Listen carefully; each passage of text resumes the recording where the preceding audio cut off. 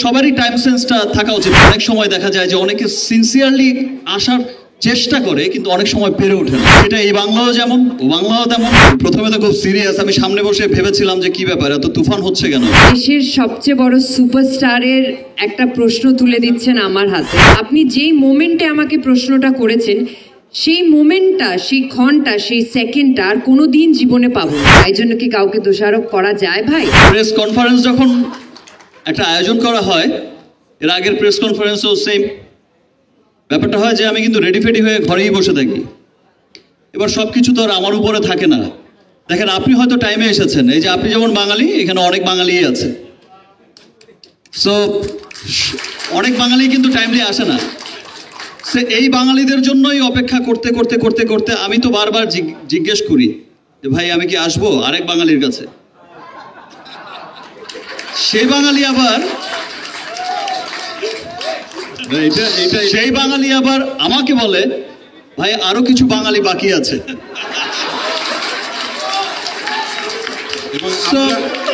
দেখেন, এটা যদি আপনি যেটা বললেন যে বাঙালিদের অভ্যাস, এটা যদি হয় তাহলে কিন্তু আপনার ঘরেও পড়বে, আমার ঘরেও পড়বে ভাই। সো এটা সবাইকেই আসলে একসাথে হেল্প করে সবাইকে, সবারই টাইম সেন্সটা থাকা উচিত। আর স্পেশালি আমাদের দেশে যেটা হয় যে জ্যামের একটা যে ভয়ঙ্কর একটা চিত্র দেখা যায়, সত্যি সত্যি যখন নাকি দেখি যে অনেক সময় দেখা যায় যে অনেকে সিনসিয়ারলি আসার চেষ্টা করে কিন্তু অনেক সময় পেরে ওঠে না। সেটা এই বাংলাও যেমন ও বাংলাও তেমন, পৃথিবী জোড়াই এখন কেমন কেমন হয়ে গেছে। এনিওয়ে, যাই হোক, এটা আমাদের বাঙালিদের দোষ না। তবে এখন খুব ভালো লাগছে যে প্রথমে তো খুব সিরিয়াস, আমি সামনে বসে ভেবেছিলাম যে কি ব্যাপার, এত তুফান হচ্ছে কেন। ভাই ছবির নামই তো তুফান, তুফান তো তুফানই হবে।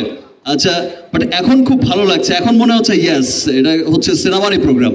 এ সুন্দর কথা হচ্ছে, হাসাহাসি হচ্ছে, এনজয় হচ্ছে।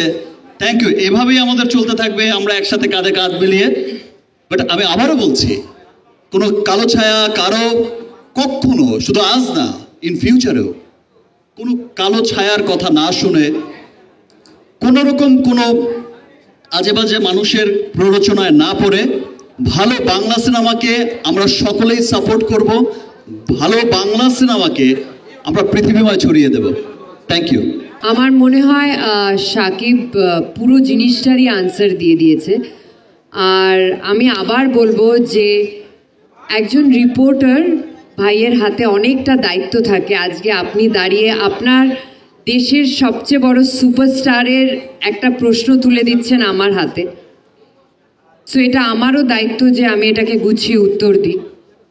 উত্তরটা এটাই হলো ভাই যে সময় পৃথিবীর সবচেয়ে দামি জিনিস। আপনি যেই মোমেন্টে আমাকে প্রশ্নটা করেছেন সেই মোমেন্টটা, সেই ক্ষণটা, সেই সেকেন্ডটা আর কোনো দিন জীবনে পাবো না, যতই চেষ্টা করো। তো that is the most precious, time is the most precious thing on earth. আর এটা বাঙালি অবাঙালি বলে নয়, আমি বাইরেও কাজ করেছি, কেউ ইচ্ছে করে লেট করে না আমার মনে হয়। আর একজনকে নিয়ে তো ফিল্ম হয় না, একজনকে নিয়ে একটা প্রেসকন হয় না, একজনকে নিয়ে একটা শুটিং হয় না। তো ওই যেটা সাকিব বলল, হয়তো কোথাও না কোথাও যখন আমরা শুটিং করি, আমি তোমায় বলি একটা এক্সপিরিয়েন্স, 9 ঘন্টা আমাদের ওয়েট করতে হয়েছে, 8 ঘন্টা আমাদের ওয়েট করতে হয়েছে। কেন জানো? দোষটা কিন্তু আমার না, ডিরেক্টরের না, কোথায় কোনো একটা লাইটের ফল্ট হয়ে গেছে। তাই জন্য কি কাউকে দোষারোপ করা যায় ভাই? যায় না তো।